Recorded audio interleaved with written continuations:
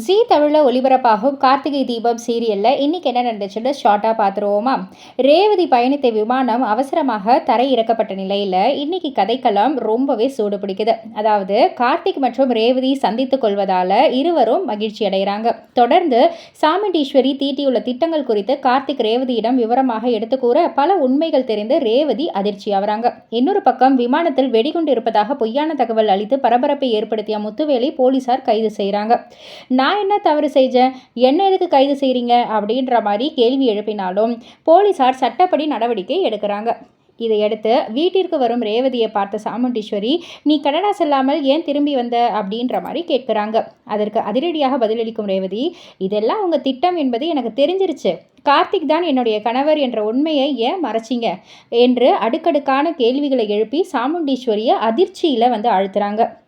ரேவதியின் இந்த நேரடி மோதலுக்கு சாமுண்டீஸ்வரி என்ன பதில் சொல்ல போகிறாங்க, இதுவரைக்கும் மறைத்து வைக்கப்பட்ட ரகசியங்கள் அனைத்துமே வெளிவருமா, அடுத்தடுத்ததாக என்னென்ன நடக்க போகுது போன்ற பல அதிரடி திருப்பங்களை மறக்காமல் இரவு 9 மணிக்கு ஜீ தமிழில் காண தவறாதீர்கள் கார்த்திகை தீபம் சீரியலை.